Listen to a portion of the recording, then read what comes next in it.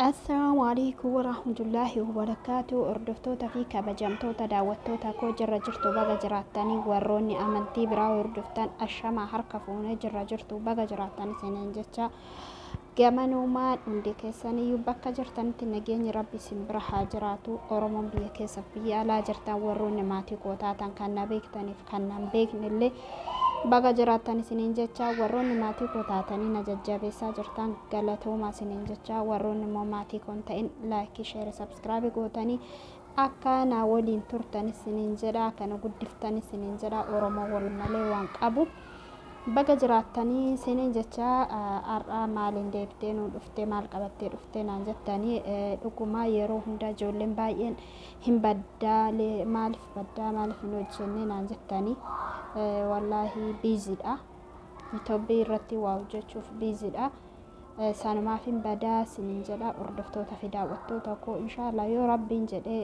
yeroo dhiyootti wantoota babbareedaa qabadhee isinii dhufa isiniin jedha garuu irra maal qabattee dhuftee yoo naan jettan ta'ee waan hedduu tokko na gaddisiisa waan hedduu tokko garaa na nyaata wayii qabadhee isinii dhufe innis maali yoo jettan hin beektanii warroonni yuutuubaroonni hundinuu warri yuutuubii hordoftan keessattuu yeroo hunda namoonni yuutuubaroota ilaaltan isiniin jechuu kooti keessattuu warroonni yuutuubaroota yamanii hordoftan in argaa jirtanii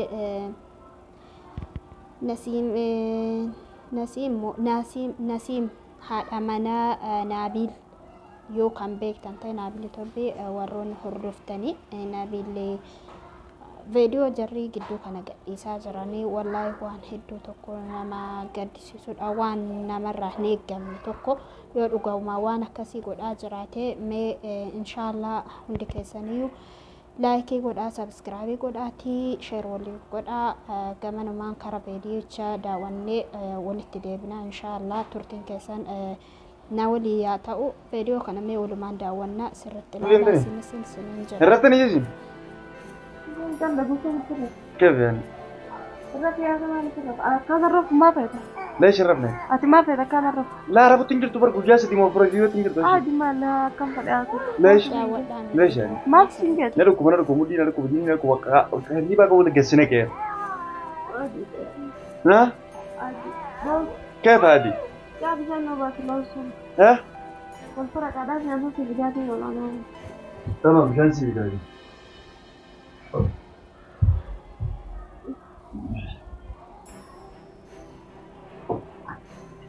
أنا دكتور أبي سيفن لجيبه. نوربا هي راجس كم؟ هي راجس. هي راجس. هي راجس. هي راجس. هي راجس. هي راجس. كمان ما نقطة كل أنا وابتدي بنجرا والله إلمنا ما عملنا نجرو كان أمانة مربي ربي قد تعال والله إنما يروح زيرو على فيك الألف إنما أمانة ميوجه صوبنا تبقى قارو أبغى سكين ما بابك والله فكتا وجدت شنتاني وجدت قارو قال خويوت قوة رموسن إبلي الحمد لله إلمو كيسان سلامان قدود أرقمتي وياتي قفتك في الدي ويشي قفتي في الدي سلامان قدود أرقمتي الموضوع ولي قلتني هنجا قرتشو بعدين رففتي ولا جبت رففتي الموشي فوق في يالي قوتو كان حكم التاني الموكو أركبها فتحتي ما يالي قوتي انتانو والله يودو ما كان مالك عبجت شوان كان هجت نموني يدون يرون ما كان مالك مارجت شوان انتاني دلقا جراني مالك الدنيا ده مجافي دي شتى دبرت أنا بدك أنا ما قررت أنا بيك مالك كيف يعني برادر؟ دور أقوم كان فيديو هجتشو أفولي قلتني أنا ليش كم تعرف؟ ومامتي قالوا مو يود أقوم كان ليش رمنا يا مالك؟ نينا بدي قرشو بافتي ليش؟ بافتي مش على فتشو يالي قوتو تاي كيف يعني؟ والله شينا كيف شنو؟ أتدين قبها. ليش تنقبه؟ ما لي بجنان ما ليش ولا؟ مش عارف قال لي يومي أمي أتدين قبتاشين اللي كيف نمر بريهم قالوا رفو فينا قالوا تخلص رفو في يمدا. أترفو أترفو في يمدا. يومي يقرأ ليش تاوي كده؟ ليش استيتر دين كلا تشكي مستعمل أنا خان لا اسم برتاش لا نترفع فيها أنا نترفع Hanke kan مالكم huda كيف yaadu. Mataan kee لا نترفع kan فيها نامي qoricha أكثر kanaan أنا مالكم daawwattee تدين yookaan كلا qoricha kanaan Mara danazaastee faashinii ajjeeftee kaate ilmoo kana irraa fudhattee biyya galchuudhaaf yaalii goote. Akkamti jaartii koo kan amansiisan haadha manaa kee haadha manaa ofii jechuun uffata ofiiti. Waa hunda si amanti. Dubartiin keessattuu qalbiin xiqqoodha. Namni afaan itti tolee innaan achumaan waa hunda amanti. Haala fi amala kee tolfattee akkamti maqaa kana galfanne haadha manaa kee jiru biyya namaati. Akkanatti nuuf hin danda'amu maan jedhini maan mari'achiisne. Jaanti dabalu. Kana yaade akkamitti san yaaduu dhabe. ها Haati manaan kee waan ati jettan hin dandeenye abdan. Namni nama ta'e gorsa olii fudhanne hin jiru. Garuu yoo xiiqee walitti deemame immoo xiiqiin dammarranii haasa jedhama. هذا وديمتا هذا وديمتا Waan badaa hojjetu waan ilmi namaa yaanu. راي رقتني را كرفو ديمتا نبي خجر ما انت Akkasii obboleessa keenya Gara budeemtu na beekaa jira. dinani sii dhaamu ها wanti na akka obbolummaatti sii dhaamu. Kana booda dhalaan irra sitti amantee akkasitti. ati ma arabni ngoy way mucho qabdi ma gatte taani ilmoodha hagamta akka haadha. mucha gaddi sira fira Hagamta akka. ها Lukkuun agarree lukkuun bar ilmoo ishee irratti nama tumatti. والله جايمتي Waan gootu dhabde. اي ما زي قديش Ilmoon dunyyaa. قديش مجان رب Qabeenya waa hunda. Har'a waan ilmoo sun garaa ishee irratti akka salphaatti reediyoo sun yeroo isheedhaan walitti gadhiisaatti argaa har'a waan ilmoon kee kun ishee harka jiruuf walitti deebitan. Kana yaaddooti. Akkamitti ilma namaa taate dubartii jechuun haadha kee jechuudha, obboleettii kee jechuudha, ilmoo kee jechuudha, waa hunda keeti. Keessattuu immoo haati manaa ofii waa hunda ofiiti. Ati akkamitti namaa akkamitti yaadda? Har'a ishee qoricha baasee danazisiisee ka'ee yookaan ajjeesee kalaas guyyaa sadi guutuu ilmoon namaa akkamitti nyaata malee irriiba kana hunda rafti kunis sobaa ta'us Way jaljiire hanga ishee Ushiira ba'ee jaljiire. san fuutee Fedhe yaani. galchitu.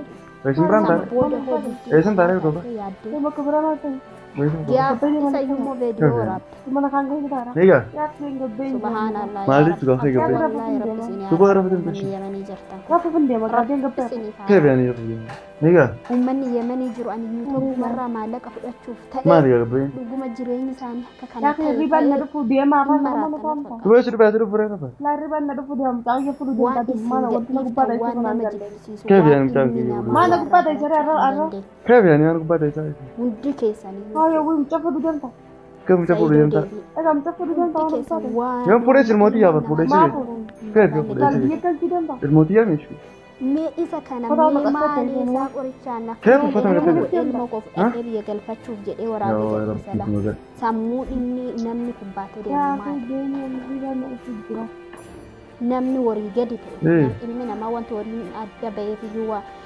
hanga yaadumsa isaati garuu immoo nama toriidhaa gadi ta'e barakaa akbana gubbaa ta'e isaa mchafu Wallahi. du janta نجاو سيرك ilmoon namaatti irra haadharra ji'a sagal garaatti baattee yeroo san siin qullooltee akka san akka isheen cinqamaa turte san booda akka ilmi namaa si wajjin rakkatee Dhufe? ol deemsisuu beektu رافعي kana hunda dagartee ati immoo har'a ilmoo kana rabbiin fayyaa ishee nagaan ishee hiikee jennaan akkasii wallaahi waan hedduu tokko nama gaddisiisudha. Urjii.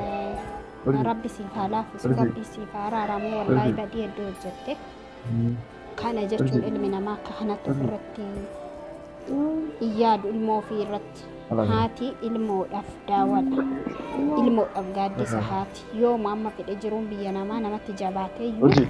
walii galteedhaan ergachuudha Urjii. malee akka kana ji'a sagal garaatti baattee fiddee numayyuu inni ishee ajjeesee gahee yookaan lubbuu ishee baasee ka'e ilmoo biyya galfata gaafa ilmaan kee jikee viidiyoo kana argee osuma viidiyoo kanayyuun agarree namni namarraa haasa'a dhagahuun dhiisanii gaafa sanoo abbaa kooti siin jedhaa sumaan wallaahi musiibadha kun yaa ijoollee keessattuu wallaahi ijoollee Yemenii jirtan lakkii akkanan ta'inaadha waan gaarii waan namni irraa barachuu danda'u waan ilmaan keenya irraa barachuu danda'an waan barumsa namaa ta'u hojjedha kun amma wallaalummaadha moo beekumsaadha guyyaa sadi guutuu nyaata nama dhorkatanii irriiban nama dawwakuu jechuun ajjeeftee lubbuu baasuu didde malee kun walaa waan fokkataa hojjettee Naabiil rabbi siif haa araaramu, rabbiin si haa qajeelchu.